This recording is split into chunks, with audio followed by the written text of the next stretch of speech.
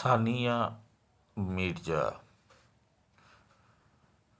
মহিলা খেলোয়াড় হিসাবে ভারতের যারা মুখ উজ্জ্বল করেছে তাদের মধ্যে একজন অবশ্যই সানিয়া মির্জা। মহিলা টেনিস খেলোয়াড় এই সানিয়া মির্জা তার আশ্চর্যজনক খেলার প্রতিভা বহু পদক ভারতকে এনে দিয়েছে, সারা বিশ্বে ভারতকে গর্বিত করেছে।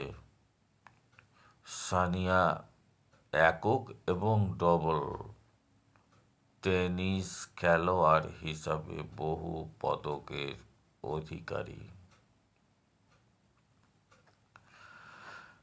1986 সালের 15ই নভেম্বর মহারাষ্ট্রের এক খেলোয়াড়ের বাড়িতেই তার জন্ম। এরপর থেকেই খেলার প্রতি আগ্রহ আস্তে আস্তে বাড়তে থাকে। তারপর তার প্রতিভার জন্য তাকে নিয়ে যাওয়া হয় হায়দ্রাবাদ। সেখানে তিনি 7 বছর ধরে টেনিস প্র্যাকটিস করে যান। ফলও মেলে হাতে নাতে। এরপরে বিভিন্ন প্রতিযোগিতায় তিনি অংশগ্রহণ করে সবার মন কেড়ে নেন। শুধু মনোরঞ্জনের জন্য নয়, ভারতের হয়ে খেলার যে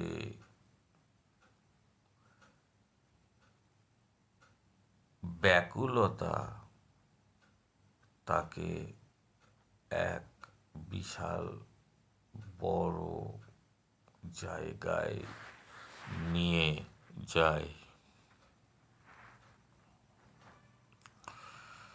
2014 সালে